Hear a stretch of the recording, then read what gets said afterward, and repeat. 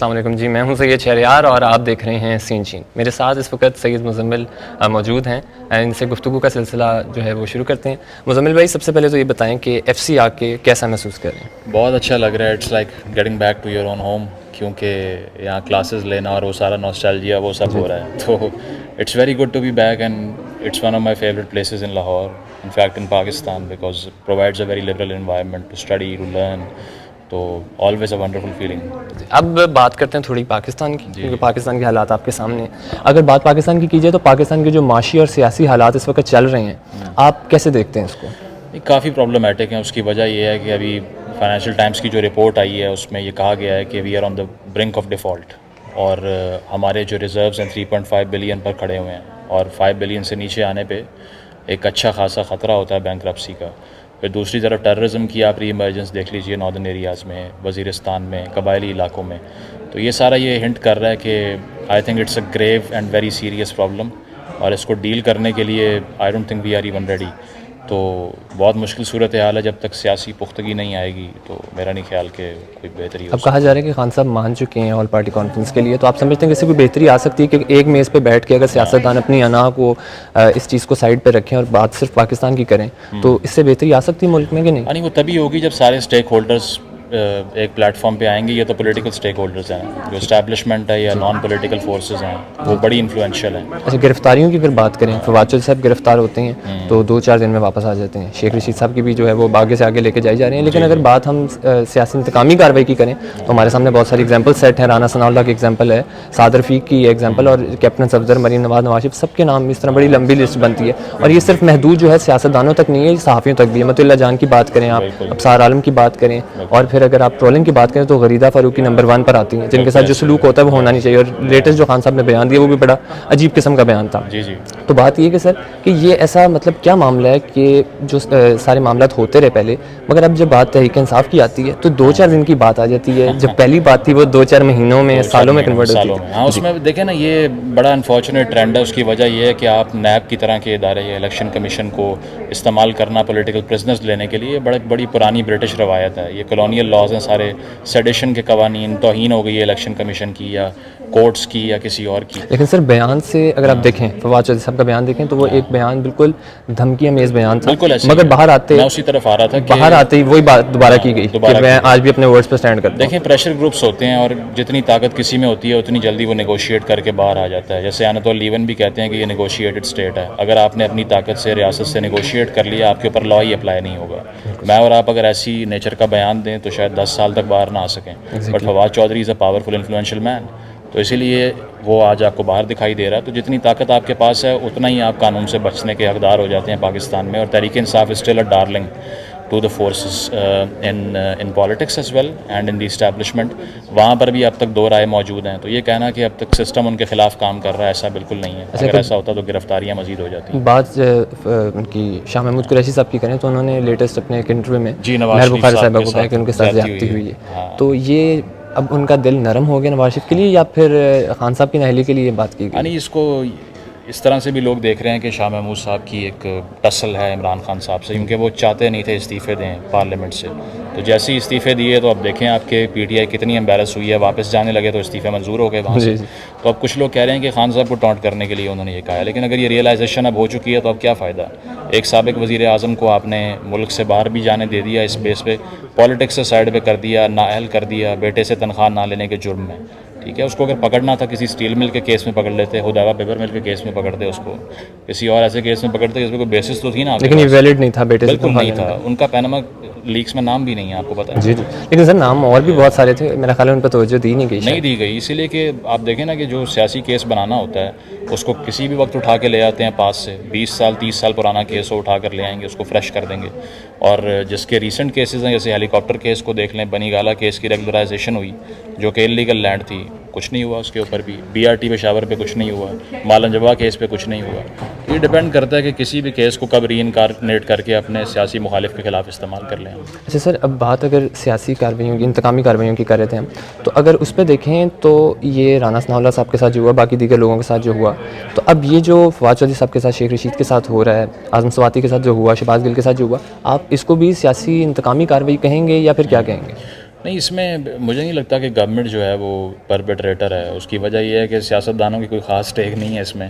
یہ سسٹم کے خلاف ہی سب کچھ چل رہا ہے. اعظم سواتی صاحب نے بھی بیان شہباز شریف کے خلاف نہیں دیا تھا, ایک ٹویٹ تھی صرف. بالکل ہاں, اور وہ جو محسوس کرنے والے تھے انہوں نے کر لیا. جو بہت حساس ادارے ہیں وہ اتنے حساس ہو جاتے ہیں کہ وہ تنقید بھی برداشت نہیں کر سکتے. تو یہی وجہ ہے کہ یہ کارروائیاں اب اس پہ بلیم ہم گورنمنٹ کو کریں گے, لیکن گورنمنٹ یہ کر نہیں رہی. خان صاحب نے بھی یہی کہا کہ جی میں نے نیب کا استعمال نہیں کیا, کسی اور نے کیا. لیکن وہ اور بات ہے کہ ہم نے دیکھا کہ خان صاحب نے ایف آئی اے بھی یوز کی, نیب بھی یوز کی اپنے دور کے اندر. پوری اپوزیشن جو ہے وہ جیل میں سڑتی رہی سالوں تک.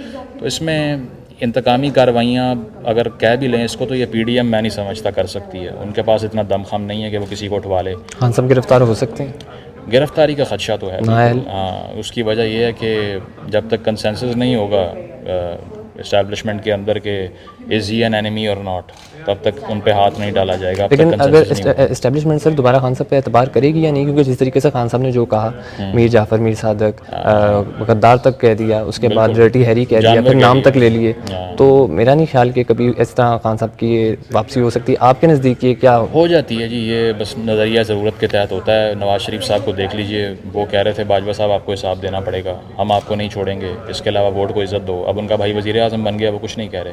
اسی طرح عمران خان صاحب کے بارے میں ہے کہ جب ان کو دوبارہ سے اسٹیکس مل جائیں گے سیاست میں تو خاموش ہو جائیں گے. تو سر یہ جو عمران خان صاحب ہیں اور ان کے دور اقتدار میں ہم نے دیکھا کہ خان صاحب کہتے تھے کہ اسٹیبلشمنٹ اور حکومت ایک پیج پر ہیں, تو پھر ایسا ہو نہیں سکتا ہے کہ خان صاحب اور پی ڈی ایم بھی ایک پیج پہ ہو جائیں, صرف بات پاکستان کی جائے بجائے اس کے کہ تم چور ہو, تم ڈاکو, تم غدار ہو, کیونکہ بڑے ایزیلی یہ غداری کے اور کفر کے فتوے بانٹ دیے جاتے ہیں بڑے آرام سے. نہیں, وہ پی ٹی آئی ہونے نہیں دے گی. اس کی وجہ یہ ہے کہ پی ٹی آئی کی پالیٹکس پاپولسٹ پالیٹکس ہے, اور اس میں یہ ہوتا ہے کہ آپ نے عوام کو ایک دشمن دکھانا ہوتا ہے, اس کی بیس پہ ووٹ لینا ہوتا ہے, اپنی پرفارمنس پہ نہیں, دوسرے کی برائی پہ ووٹ ملتا ہے آپ کو کہ یہ چور ہے, یہ غدار ہے. پاکستان کی سیاست آپ کو لگتا نہیں کہ بند گلی میں چلی گئی ہے, اور سیاست بہت گندی ہو چکی ہے؟ جب تک ایک دوسرے کی ماں بہن کو گھسیٹا نہیں جاتا, بیچ میں گالی کا استعمال نہیں کیا جاتا, تو وہ سیاستدان سمجھتے ہیں کہ شاید مکمل. پولیٹیکل کلچر میں آپ ویڈیو آڈیو لیکس کا کلچر دیکھ لیجیے, اس میں بھی یہی ہے کہ اب اس کی ویڈیو آ رہی ہے, اب اس کی آڈیو آ رہی ہے. شہباز شریف سے لے کے عمران خان سے لے کے محمد زبیر تک کی ویڈیوز بھی آئیں, آڈیوز بھی آئیں. تو اس میں obviously it's a polluted culture. اس میں ایشوز پہ بات نہیں ہوتی, مینیفیسٹوز پہ بات نہیں ہوتی, لانگ ٹرم پلانس پہ بات نہیں ہوتی,